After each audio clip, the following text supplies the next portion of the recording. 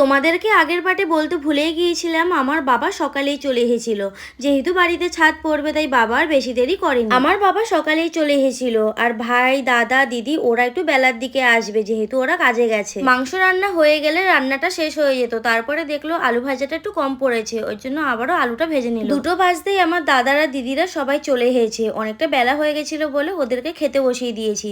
তারপরে ঘরে গিয়ে ওরা সব রেস্ট নিচ্ছিল। বিকেলবেলা আমরা সবাই মিলে একটু ঘুরতে বেরালাম। এই পুকুর পাড়ে আসবে বলে ওরা আমাকে খুব রিকোয়েস্ট করছিল আমি এখানে এসে ভিডিওগুলো করি, আর ওরা এই ভিউগুলো দেখে, ওই জন্য বললো এখানে গিয়েই আমরা ভিডিও করব আজকে। আর তোমরা বিশ্বাস করবে না, আমাদের থেকে আমার দিদি সব থেকে বেশি ভিডিও করেছে। ওর ভিডিও করতে করতে পুরো সন্ধ্যেই হয়ে গেল। আমার দিদি একটুও নাচ করতে পারে না, যদিও বা আমি একটা ওকে নাচ শেখাচ্ছিলাম, ওটাও ঠিকঠাক করছিল না। ওই জন্য আমার দাদা আর বর পাশ দিয়ে খুব হাসাহাসি করছিল। সন্ধে হয়ে যাচ্ছিল বলে ওরা তাড়াতাড়ি করে বাড়ি চলে গেল। আর ভিডিওটা কেমন লাগলো কমেন্ট করে জানো, আর চ্যানেলটিকে সাবস্ক্রাইব করো।